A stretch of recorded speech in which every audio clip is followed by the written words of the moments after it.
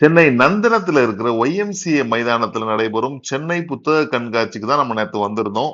பபாசி சார்பா ஒவ்வொரு ஆண்டும் நடத்தப்படுகின்ற இந்த புத்தக கண்காட்சி வந்து வெகு விமர்சையா இருந்தது. புத்தக வெளியீட்டு விழா நடைபெற்றுக் கொண்டிருந்தது. பல அரசியல் தலைவர்கள், பல கவிஞர்கள்லாம் இருந்தாங்க.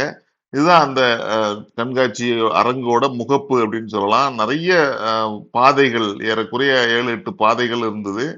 அதுல வந்து பாத்தீங்கன்னா, ஒரு ரூ. 10 வந்து நம்ம வந்து டிக்கெட் நுழைவு கட்டணமா வசூலிக்கிறாங்க. அத வாங்கிட்டு நம்ம இதுக்குள்ள ஒவ்வொரு அரங்குக்குள்ளயும் போனோம்னா, எண்ணிலடங்கா அரங்குகள், அ அது மட்டும் இல்லாம லட்சக்கணக்கான புத்தகங்கள பார்க்குறோம்.